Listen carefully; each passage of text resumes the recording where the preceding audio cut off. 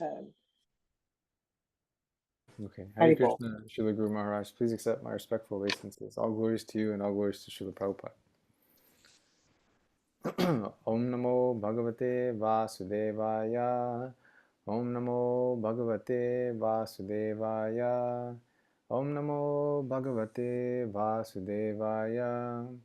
Janmadyasya yato nvaya ritaratascharateshvavigyasvarat tenne brahma hridaya dikavaye muhyanti yat surayaha tejovari mridam yatha vinimayo yatra trisargo mrisha dhamna svena sada nirastakuhakam satyam param Dimahi Narayanam Namaskritya Naram Chaiva Narotamam Devim Sarasvatim Vyasam Tato Jaya Mudirayet. Before reciting the Srimad Bhagavatam, which is the very means of conquest, one should offer his respectful obeisances unto Narayana, the personality of Godhead, unto Nara Narayana Rishi, the supermost human being, unto Mother Sarasvati, the goddess of learning, and unto Srila Vyasadeva, the author. Nashta prayeshvabhadreshu nityam bhagavata sevaya bhagavate uttama shloke bhaktir bhavati naishtiki. By regular attendance in classes on the Bhagavatam, and by rendering of service to the pure devotee, all that is troublesome to the heart is almost completely destroyed, and loving service unto the personality of Godhead, who is praised with transcendental songs, is established as an irrevocable fact. Om Jnana Timirandasya Gyananjana Salakaya Chakshurun Militam Yena Tasmai Shri Gurave Namaha. I was born in the darkest ignorance, and my spiritual master opened my eyes with the torch of knowledge. I offer my respectful obeisances unto him. Namam Vishnu Padaya Krishna Prishtaya Bhutale Srimate Bhakti Vedanta Swami Niti Namine Namaste Saraswati Deve Gauravani Prachadine Nirushesha Sunyavari Paschatya Deshatarine Jai Shri Krishna Chaitanya Prabhu Nityananda Shri Advaita Gadadhara Shri Vasari Gaura Bhakta Vrinda Hare Krishna Krishna Krishna Hare Hare Hare Rama Rama Rama Hare Hare. Right. So we begin today's study of the Srimad Bhagavatam, or we continue our study of the Srimad Bhagavatam, Canto 2, Chapter 2, The Lord in the Heart, with text 13.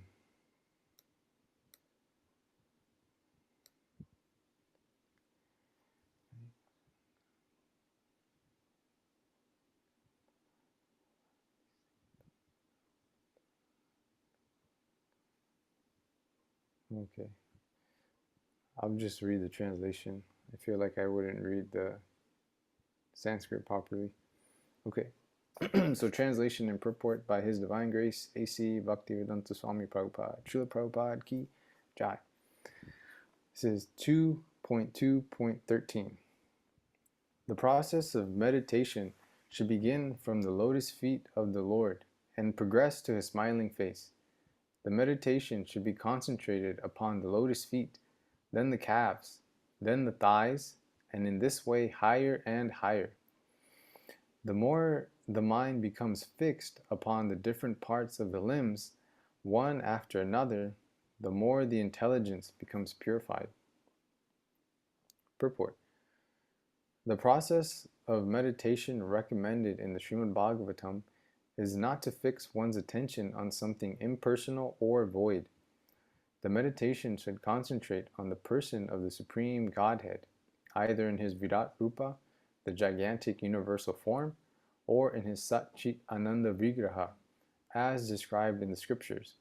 There are authorized descriptions of Vishnu forms, and there are authorized representations of deities in the temples. Thus, one can practice meditating upon the deity, concentrating his mind on the lotus feet of the Lord, and gradually rising higher and higher up to his smiling face. According to the Bhagavata school, the Lord's rasa dancing is a smiling face of the Lord. Since it is recommended in this verse that one should gradually progress from the lotus feet up to the smiling face, we shall not jump at once to understand the Lord's pastimes in the rasa dance. It is better to practice concentrating our attention by offering flowers. It is better to practice concentrating our attention by offering flowers and tulasi to the lotus feet of the Lord. In this way, we gradually become purified by the archana process. We dress the Lord, bathe him, etc., and all of these transcendental activities help us purify our existence.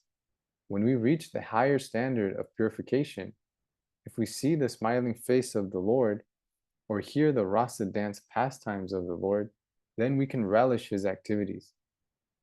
In the Srimad Bhagavatam, therefore, the rasa dance pastimes are delineated in the 10th canto, chapters 29 through 34. The more one concentrates on the transcendental form of the Lord, either on the lotus feet, the calves, the thighs, or the chest, the more one becomes purified.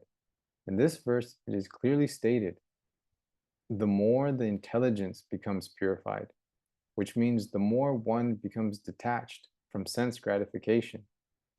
Our intelligence in the present conditioned state of life is impure due to being engaged in sense gratification. The result of meditation on the transcendental form of the Lord will be manifested by one's detachment from sense gratification. Therefore, the ultimate purpose of meditation is purification of one's intelligence. Those who are too engrossed in sense gratification cannot be allowed to participate in archana or to touch the transcendental form of the Radha, Krishna, or Vishnu deities. For them, it is better to meditate upon the gigantic Virat Rupa of the Lord, as recommended in the next verse. The impersonalists and the voidists are therefore recommended to meditate on the universal form of the Lord, whereas the devotees are recommended to meditate on the deity worship in the temple. Because the impersonalists and the voidists are not sufficiently purified in their spiritual activities, archana is not meant for them. Okay, so translation one more time. The process of meditation should begin from the lotus feet of the Lord and progress to his smiling face. The meditation should be concentrated upon the lotus feet, then the calves, then the thighs, and in this way higher and higher. The more the mind becomes fixed upon the different parts of the limbs, one after another, the more the intelligence becomes purified. Okay. So Srila Prabhupada gives a very nice structured organization of this verse here. He breaks it down into various paragraphs.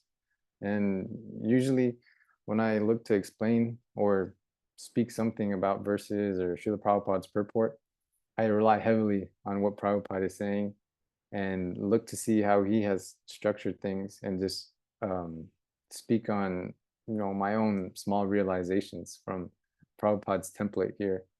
So in the first paragraph, he speaks on the different representations of the deities in the temples and how deities are a personal form of Krishna and that it's not really recommended for us to, or at least not here. Oh no, he does. I mean, he talks about how there is the Virat Rupa form, the gigantic universal form, which the first chapter of the second canto covers very much in detail. And now we're moving into actual Krishna's personal form. And we're learning that there's actually a method to seeing Krishna in his deity form and seeing Krishna in his personal form. There's a method to it. And you can, I mean, no one's going to stop you from just going to the temple and then looking directly at Krishna's face and just going right there, yeah. So what we learn though is that Hare Krishna Bhakti Rich, nice to see you. What we Hare learn though, Krishna.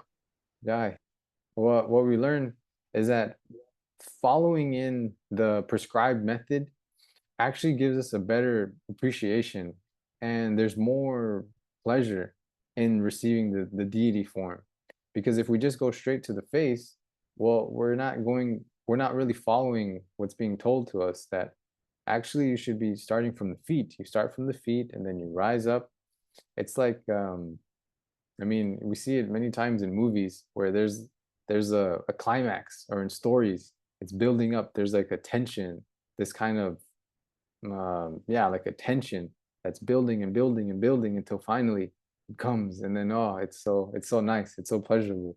So in the same way, when we go to the temple, or when we see even pictures, you don't need to necessarily go to the temple. There's so many pictures online of Krishna in his deity form, that when we see these deities, we can start from the feet, and internally we're building up that tension, building it up, building it until we're rising and rising and rising until finally we get to his lotus face with his moon-like smile, and it's so nice. So this gives us a nice appreciation, and that's what we want with spiritual life. Spiritual life should be very tasty, very tasteful, very pleasurable, because if it's lacking that kind of pleasure, then we're going to go back to our old pleasure, which I mean, the material world has uh, a wide variety of things that you can dive into. And so if we don't find that pleasure in spiritual life, in our Krishna consciousness, then we'll go back to what we know. And sometimes we're in a stage where we're kind of back and forth. I think Guru Maharaj, he spoke about uh, traveling devotees, something like that, or traveling. They're like traveling in Maya, like back and forth with Maya and Krishna consciousness, going to Maya, going to Krishna consciousness, and then we hear the example of the elephant who he dives into the river and cleans his body so nicely, and then as soon as he leaves the river, he throws dust and mud all over himself again. And so in the same way, because we're still in the process, we're still purifying ourselves, we may go back into material desires, or trying to satisfy our material desires with material ways, and then practice Krishna consciousness, and then trying to fulfill our material desires, and then back and forth. This is part of the process. It's normal, but gradually we should be moving into a place where uh, our hankerings and our desires, we're slowly starting to realize that we don't need to go back to the things that we would normally always go to. We're actually learning and realizing that spiritual life and Krishna, he's actually giving me the pleasure that I'm looking for, just by looking at his deity form, or reading his books, or having association with his devotees, or listening to kirtan or classes. There's so many, a wide variety of things that we can do. um, Once we slowly start realizing that these different um, transcendental activities, these spiritual activities, are actually fulfilling and deepening, or they're just fulfilling and giving us some sort of pleasure in life, then that's when we know that, oh, we're progressing, and we're actually becoming more Krishna conscious. But sometimes, or it takes an effort on our part. And so one way that we can make an effort is, as Srila Shukadeva Goswami is describing here, is when we see the deity, we follow the instructions. Okay, if I'm supposed to look at the feet, then at least let me try and just start with the feet and then move up. Even if I do it all in 1 second. I start with the feet and then go straight up. At least that's something. You're showing Krishna that we're trying. So, um, and then, was there any, I mean, did anyone want to share any reflections before I go into another point? Any questions or any comments before I speak on a different point? Oh, Hare Krishna. Welcome to Bhaktivich also. And just to be aware where we are, we're in Canto Dos, Chapter Dos, or Canto 2, Chapter 2, Text 13, which briefly says, or rapidly says, the process of meditation should begin from the lotus feet of the Lord and progress to his smiling face. The meditation should be concentrated upon the lotus feet, then the calves and the thighs, and in this way higher and higher. The more the mind becomes fixed upon the different parts of the limbs, one after another, the more the intelligence becomes purified. And Govinda has already read, and commented some on what Prabhupada had to say about this verse. But as I tend to like to do, I like to talk about what strikes me about it. And the thing is, the meditation on the Lord, this focusing on certain aspects of the Lord is something that we do all the time in our daily life to various things or various people. You know, I mean, just looking, it could be that you have contemplated your wife, starting from her feet and looking up, and it could be that I'm in a orchestra rehearsal and I'm contemplating the maestro from his feet all the way up. Like, we're always focusing on something. We need that. We need to focus on something, which I guess is why we need a personal aspect of the Lord. This is because what we can learn to do is stop, turning this energy or this focus or this concentration or meditation from these things in our material life, and instead focusing on the Lord. This is what, this chapter, the Srimad Bhagavatam, is saying. Oh, this is saying, look how simple this is. Just turn your attention here. Right? And meanwhile, we've got our attention turned all kinds of different places, and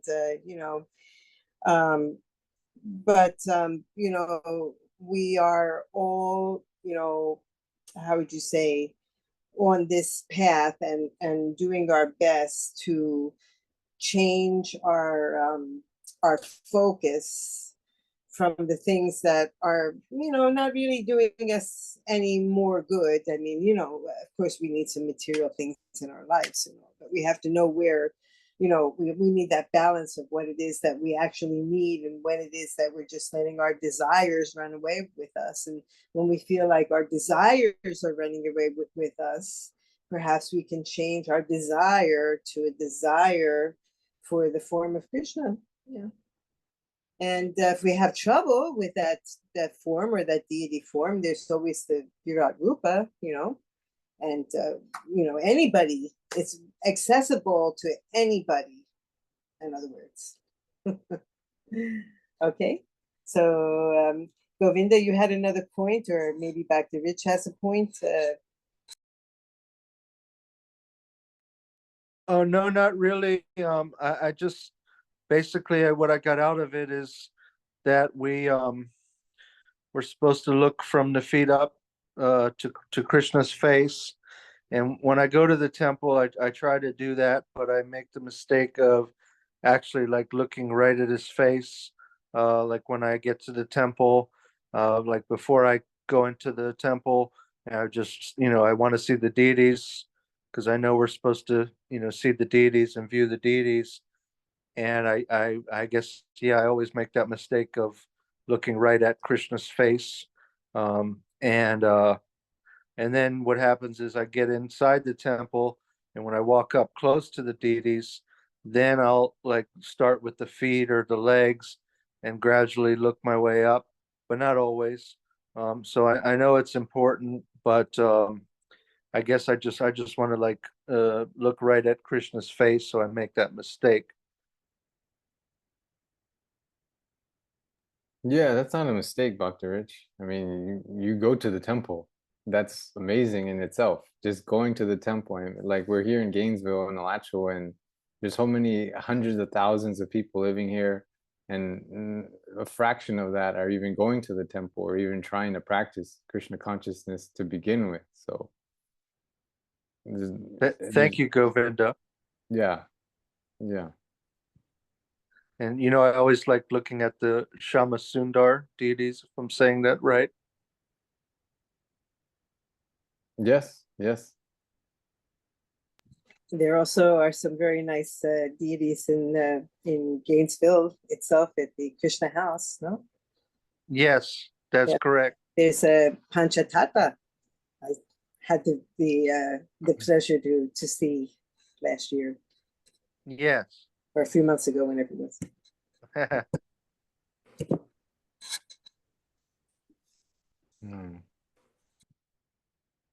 Yes. So, oh, and just yeah, that was a very nice connection that you were making, Yamuna, talking about how in our everyday life we're already doing these things that if we just kind of redirect it towards Krishna, then instead of these activities that we're already doing further confusing us and further bewildering us, we can actually start to become clear-headed and sober and as to what we should be doing with our time and what we should be thinking about throughout the day, which is Krishna and Krishna. When we say Krishna consciousness, it's such a wide variety of things that is Krishna conscious. If we think of the Guru, that's Krishna conscious. We're thinking of the devotees, that's Krishna conscious. So that's the beautiful thing about what we're practicing, is there's so much variety there,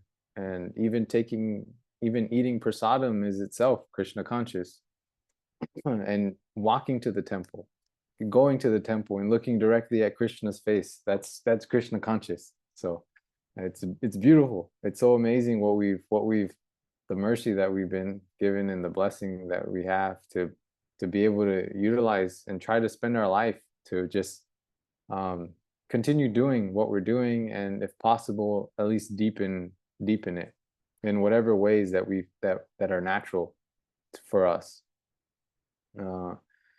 So with that, we've touched upon this. Srila Prabhupada was speaking about intelligence and how, Srila Prabhupada is further elaborating on intelligence and how even by meditating on Krishna's form, even by looking at him, so like Bhakti Rich, when we go to the temple, just by looking at Sham Sundar, we're actually clearing our intelligence.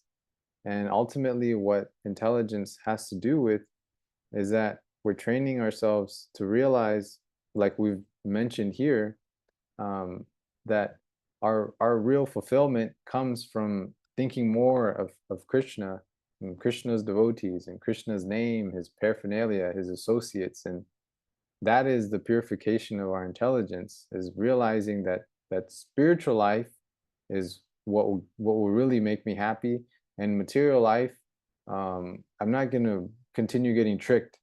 I'm not going to continue falling for the same tricks. Our intelligence is becoming stronger, and realizing that if we continue going that way, we've already been there. So why not go the other route, make a right turn instead of going left all the time. And then the last thing, let's see. Oh, and then the last thing is just, yeah, something I also wanted to mention that Yamuna spoke about is Krishna makes it himself. He makes himself accessible for everyone. In the last paragraph, Srila Prabhupada talks about the Virat Rupa and how the impersonalists and the voidists are therefore recommended to meditate upon the universal form of the Lord, whereas the devotees are recommended to meditate on the deity worship in the temple. So even if you don't want to acknowledge that God is a person, or that Krishna is God, if you want to sort of connect with the light or be the light, then you're still connecting with Krishna, but you're connecting with Krishna in a different way. But still, it's Krishna, and he's still allowing it, and he's still making this accessible for someone who wants to dedicate themselves in that way. And so it's so nice how Krishna finds any way to engage everyone. He makes himself available and accessible to every single living entity in whatever way they wish to connect with him. So that's the beauty of Krishna. And luckily for us, we learn that the light has a form, that this, we hear in the movies, don't go into the light. And we learn that this light actually there's something behind this light. and behind the light is a person. So it's very rare. What we're speaking about here, what we're hearing about, what we're trying to practice is very rare and amazing. So those are the final points that we were wanting to comment on. If anyone wanted to say anything further or had any questions before we move to the next verse.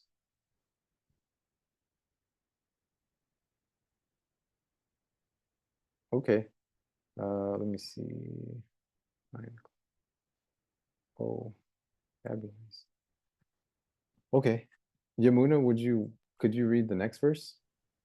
Yes, thank you, Govinda. This is text 14.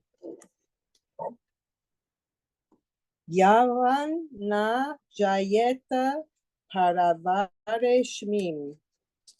Vishveshvare drashtari bhakti yogaha. Tavat shtaviya purushashya rupam. Kriya vasane prayata smareta.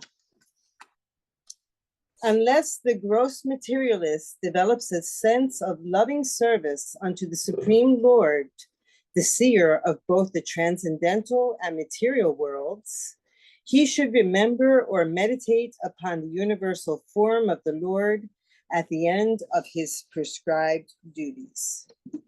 Purport by His Divine Grace, A.C. Bhaktivedanta Swami Prabhupada. The Supreme Lord is the seer of all worlds, both material and transcendental. In other words, the Supreme Lord is the ultimate beneficiary and enjoyer of all worlds, as confirmed in the Bhagavad Gita. The spiritual world is the manifestation of his internal potency, and the material world is the manifestation of his external potency. The living entities are also his marginal potency, and by their own choice, they can live in either the transcendental or material worlds. The material world is not a fit place for living entities because they are spiritually one with the Lord, and in the material world, the living entities become conditioned by the laws of the material world. The Lord wants all living entities who are his parts and parcels to live with him in the transcendental world and for enlightening conditioned souls in the material world. All the Vedas and the revealed scriptures are there expressly to recall the conditioned souls back home, back to Godhead. Unfortunately, the conditioned living entities, although suffering continually in the threefold miseries of conditioned life, are not very serious about going back to Godhead. It is due to their misguided way of living, complicated by sins and virtues. Some of them who are virtuous by deeds begin to reestablish the lost relation with the Lord, but they are unable to understand the personal feature of the Lord. The real purpose of life is to make contact with the Lord and be engaged in his service. That is the natural position of living entities. But those who are impersonalists and are unable to render any loving service to the Lord have been advised to meditate upon his impersonal features, the Virat Rupa, or universal form. Some way or other, one must try to reestablish one's forgotten relation with the Lord if one at all desires to gain real happiness in life and to reclaim his natural, unfettered condition. For the less intelligent beginners, meditation on the impersonal feature, the Virat Rupa, or universal form of the Lord, will gradually qualify one to rise to personal contact. One is advised herewith to meditate upon the Virat Rupa specified in the previous chapters in order to understand how the different planets, seas, mountains, rivers, birds, beasts, human beings, demigods, and all that we can conceive are but different parts and limbs of the Lord's Virat form. This sort of thinking is also a type of meditation on the absolute truth, and as soon as such meditation begins, one develops one's godly qualities, and the whole world appears to be a happy, peaceful residence for all the people of the world. Without such meditation on God, either personal or impersonal, all good qualities of the human being become covered with misconceptions regarding his constitutional position, and without such advanced knowledge, the whole world becomes a hell for the human being. So, repeating the translation, unless the gross materialist develops a sense of loving service unto the Supreme Lord, the seer of both the transcendental and material worlds, he should remember or meditate upon the universal form of the Lord at the end of his prescribed duties. Okay. So it seems to me we're kind of repeating ourselves here. We have to turn our attention, through performing service. I guess that's the new thing here, that we have to do loving service unto the Lord, because as we know, as we've been pointing out, the Lord is the controller of both the transcendental and the material worlds. And if you wish, you can meditate upon the universal form, and that will bring you to the personal form. And this is something that we all have to come to, that realization that we all have to come to at some point.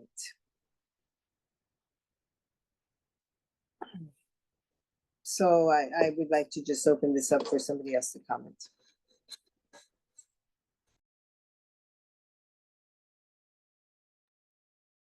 Yeah, whenever you go ahead, please, Dr. Rich. No, go ahead, Govinda, please. Okay. Well, I don't want you to forget. If you had a question or something, I don't want you to forget. So you could go first. All right, thank you, Govinda, and thank you, Yamuna. I wanted to comment on the last sentence, or the last part of the purport, where it's saying that without this knowledge, the world becomes hell for the human being. And I can totally relate to that part, because I do see the material world as hell. So I think it's important that we become aware and knowledgeable about what we're supposed to do, and what our position is, because if not, then you have to face hell every day. That's, at least that's true to me. Hmm. Well, I mean, that's a powerful vision to have too. I mean, that is a motivator to try and do something different. If this is like the vision you have of the world, then that's every day a push to want to do something else, try to live a different life, or yeah, try to live a different life. Yes, thank you. Thank you for sharing. Well, what I wanted to comment on was that, just speaking on the Virat Rupa, I feel anytime we mention the Virat Rupa, I feel a little uncomfortable because I don't have a lot of realization on the Virat Rupa or Krishna's universal form. And so whenever we speak about it, I don't, there's not really a deep understanding of Krishna in this aspect of himself. So I think for me, reading the first chapter again will help with that. But I did also want to comment on the repetition, how this was something that Yamuna also mentioned, that this is what we kind of similar to what we've been talking about. And in the purport, Srila Prabhupada is reiterating points that we hear in the Bhagavad Gita, reiterating points that we hear in the first canto, reiterating points that we've heard in the first chapter. And so what that tells us is how important it is for us to be repeating, just repeating, repeatedly reading, repeatedly chanting, repeatedly speaking. We might be saying the same things over and over again. For years, we could be saying the same words on the outset, but internally, there's a different effect that's taking place, that the more purification that we're having, And the more we're continuing to hear the message, the deeper it's going into our mind, and the deeper it's going into our heart, and actually causing a change for us. But we have to continue hearing the same thing. It's like if you want to remember something, you can, that's one aspect of remembering. I remember meeting someone who was who's studying to be a doctor. And to be a doctor, you have to know so much terminology. And one way that he was learning terminologies was flashcards on his phone. There's apps that you could put a flashcard, and then you would have the term on one side and then the definition on the other side. And he was going through like hundreds and hundreds, or even, yeah, hundreds and hundreds of flashcards just every week, studying for exams and things like that. And it's just repetition, just repetition, repetition, repetition. Seeing the terminology, reading the definition, seeing the terminology, reading the definition, and then that's going into the mind. And so when it comes to something spiritual, and we're doing the same process, we're hearing it and speaking about it again, hearing it and speaking about it, it's going into our mind and really cleaning us internally, um, so that spiritual life um, um, spiritual life becomes more, or like the natural choice, that it just becomes more natural for us to want to live, be spiritual. And eventually we come to a point where, like we mentioned here, where we don't see, um, well, actually, I don't want to comment on that. Yeah. But we do get to see Krishna and Krishna's hand in our life and in the lives of others. And it gives a different kind of mood and a different perception of the life that we're living and the life happening all around us. But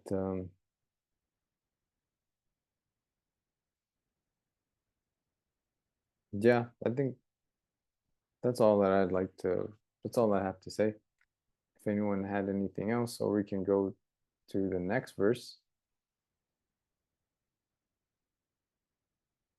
Okay. Dr. Rich, would you mind reading the text 15? Sure. Okay. But one moment, please. I'm Okay. trying to pull it up. 1 second. Oh Lord. I think okay, I found it. No. I apologize. I thought I had the tab on my no, on my iPhone, and I didn't have it. I'm trying to get to chapter 2 verse can canto 2 chapter 2 verse 15. I thought I had it. Maybe just you or Yamuna could read it so I don't waste time. That's all right. We're not in a rush. This will probably be our last verse. Okay, I appreciate your patience with me.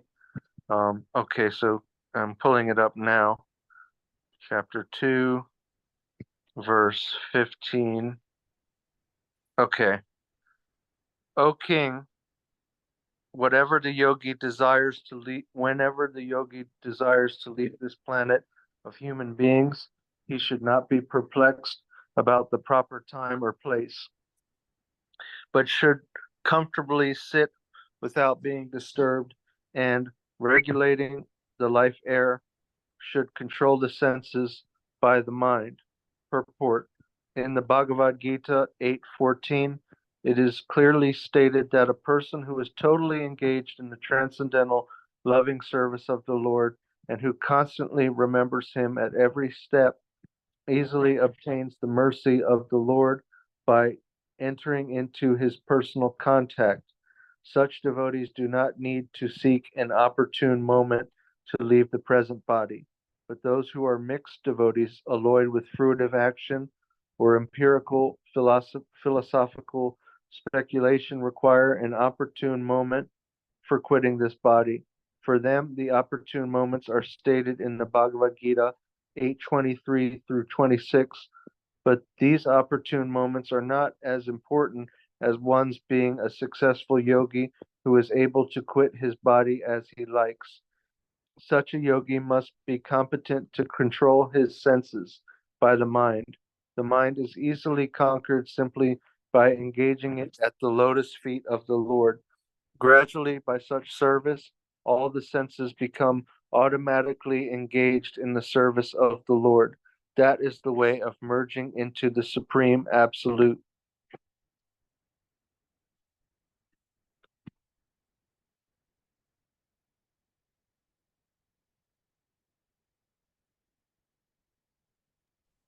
You may comment on that, or maybe repeat the translation one more time and make a few comments before Govinda and I add some. Sure. Thereafter, the yogi should merge his mind by his unalloyed intelligence into the living entity, and then merge the living entity into the super self.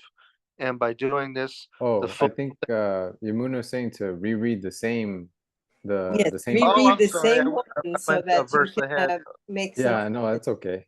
Okay. Yes. Yeah. Gotcha. It's just Oh. a reminder for all of us what the Oh, original. sure. That's all. Sure.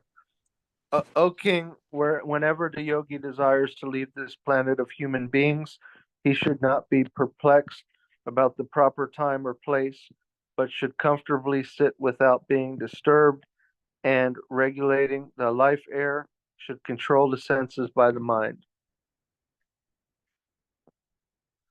I wanted to say, when it talked in the purport about, the mixed devotee who's not a pure devotee, and then it said, not mixed with fruitive action or mental speculation, and it just made me think like, well, I'm not so much mixed. I am mixed with that, but I'm also mixed with look looking at nonsense video stories on YouTube, or reading stuff on the internet that's not Krishna conscious related at all, and spending hours doing this. So I was just wondering, I guess that doesn't fall into either of those categories, or I don't know. Could you repeat that? So what I was saying is that when I'm just watching, videos on YouTube that aren't related to, devotional service, or when I'm surfing the internet and I'm reading the news, or I'm just reading random stuff about sports, because I don't understand what that would be classified as, because they talk about the devotee who is mixed, and they said mixed with fruitive activity or mental speculation. And I was wondering if what I'm doing when I'm not doing devotional service, if that would be considered fruitive activity or something. I guess it would. Well, yes, of course it would, Dr. Rich. The thing is, our life is full of a combination of these things, of our spiritual activities and our material activities. And we know that the fruitive activities are not bringing us back to Godhead. We know we need to replace them with more Krishna conscious activities and thoughts, and which is what is being stressed over and over again here. As a matter of fact, here from this particular verse, what strikes me, as I like to say, is just this feeling of this being a technique for the end of our lives.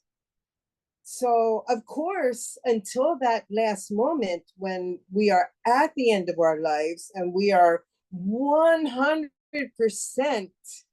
involved in our Krishna conscious thoughts and desires and feelings of wanting to go back to Godhead, all the way up until that point, we have some kind of balance in our life between those material desires and those spiritual desires.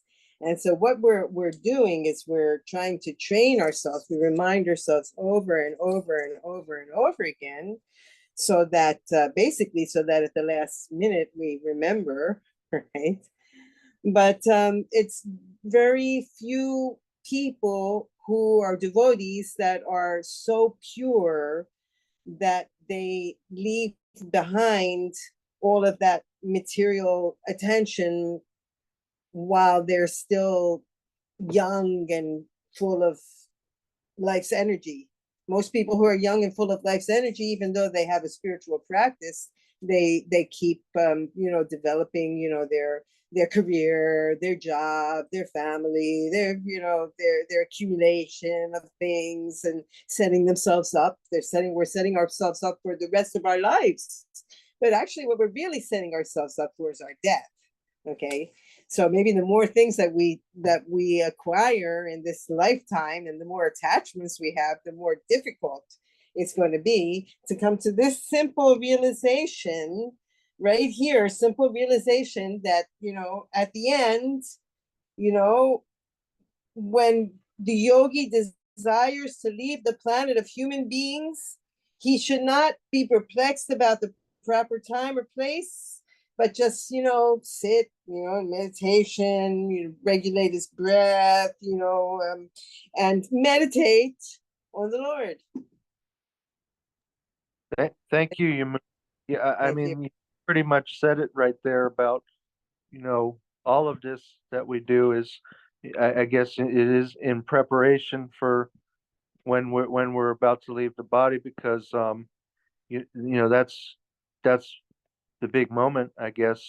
And we're preparing ourselves in this lifetime to be prepared and ready for death, because I guess we all have that goal of going back to Godhead, and we have to practice and be ready for that moment. Yes, but we fool ourselves and we try running from it instead of embracing it or learning how to approach it. Govinda? Yeah, this is tying into something coming to me too. Just one aspect of it is organizing. Which is something I'm still working on and I haven't fully done, but organizing and like structuring our day. So like, Dr. Rich, you commented on how you utilize your time, and sometimes you're not you don't utilize your time in the most productive way, which is, I mean, that's normal. I'm not productive 24 hours a day either. So um but maybe something that could help, even I'm speaking for myself here too, is just setting like at some time in the day, just whatever time in the day we can set aside some kind of activity in this time. So amidst all the, I mean, which you already are doing. I mean, I think you throughout the week you're attending multiple Zoom classes, and if I'm not mistaken, I think not like isn't it every day you're going to a class? I'm trying with the monk who lives at the Krishna house, the brahmachari. I try to go to those Zoom classes as often as possible, and then come here as often as possible. And you know, I would say those two.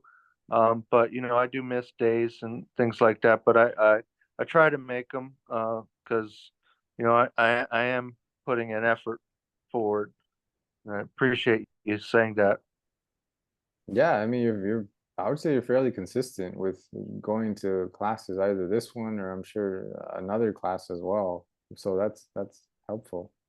Can I kind of interrupt a minute, because now that I'm thinking back about Krishna House, it was the Panchatapa, or was that they had the acharyas, like 5 of the acharyas lined up like in full, in same size statue form murtis. Yes, Yamuna, it was the 5 acharyas. Mm, Like that, I think the deities are the Gornitai. okay, Mhm. thank you. It was a beautiful experience there. In any case, a very nice energy, a young Mhm. energy, Yeah. Exactly. and Yeah. the feeling in the park for the lunch was that feeling that Prabhupada had been there in like 1977. He began that practice there in Gainesville at the university, it's just mind-blowing. You feel that energy when you're there, doing it too. And it was awesome. It was. Yeah, thank Yeah, and really what really can give us a boost in our Krishna consciousness, and what is like the main pillar of our Krishna consciousness, is connecting is connection to the spiritual master. And so, Bhakti Rich, and for me and Yamuna, all of us here, um uh amidst all these things that we have going on, all these different material desires and everything that we have, and the time wasting and distractions that we all fall victim to. um, if we can find something that we can do that we know would be pleasing to our guru, that is the fuel that's going to continue pushing us into a deeper and deeper place in our Krishna consciousness. And so, um, you, whatever practical, it has to be something practical though. If we're finding it difficult to spend any large amount of time, then even just committing to reading like one sentence. We have Guru Maharaj has so many books.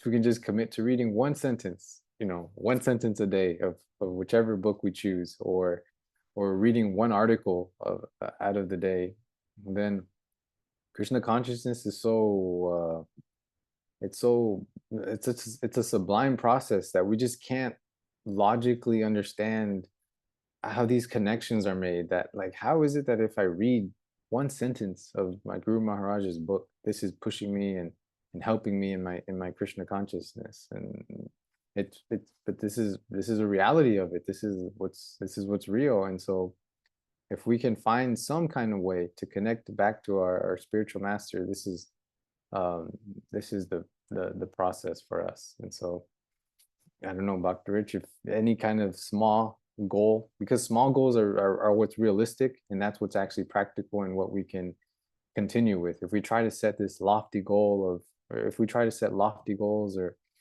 or things that aren't really realistic for us, it's basically just setting ourselves up for failure. And then we come down on ourselves, and then we're all down and feeling guilty because we didn't do what we said we were going to do. And so if we can from the beginning choose a practical goal, something small but that we can commit to doing on a daily basis, then this is what really will help us in our Krishna consciousness, especially in regards to the spiritual master. So thank you, Govinda. Thank you, Yamuna. yeah. Was there any last comments?